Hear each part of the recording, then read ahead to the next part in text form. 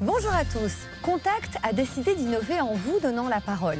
Dès à présent, vous pouvez nous envoyer vos questions à l'adresse qui s'affiche ici en bas de votre écran.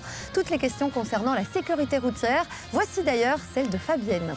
Bonjour, en tant que propriétaire de garage, j'aimerais savoir si je peux stationner devant mon propre garage. Quelles sont les règles? Pouvez-vous me les expliquer?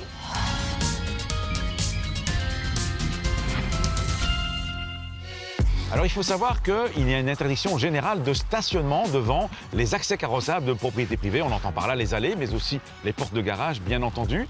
Alors une interdiction de stationnement, ça veut dire que par contre l'arrêt est autorisé. Donc vous pouvez toujours vous mettre devant un garage pour déposer une personne ou des objets et reprendre aussi une personne ou des objets, mais il ne faut pas rester plus longtemps que le temps nécessaire à ce débarquement de choses ou de personnes. Alors important aussi à savoir, c'est que puisque c'est une interdiction générale, un propriétaire ou un locataire ne pourra se mettre devant son garage que s'il a pensé à mettre une reproduction de sa plaque d'immatriculation sur cet accès carrossable. Sinon, un policier de passage pourrait verbaliser le véhicule, même si c'est l'utilisateur habituel du garage qui se trouve devant.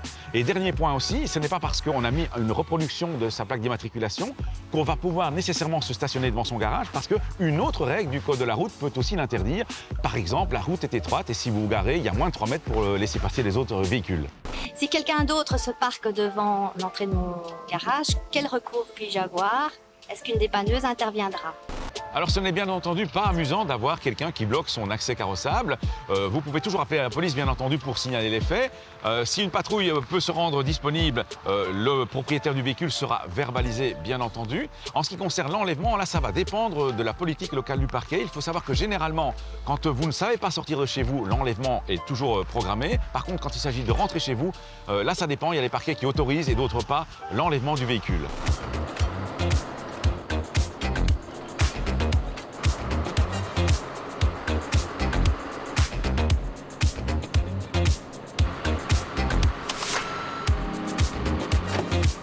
David, même si on sait qu'on ne doit pas se garer devant un parking, devant une allée, c'est l'une des interventions les plus courantes.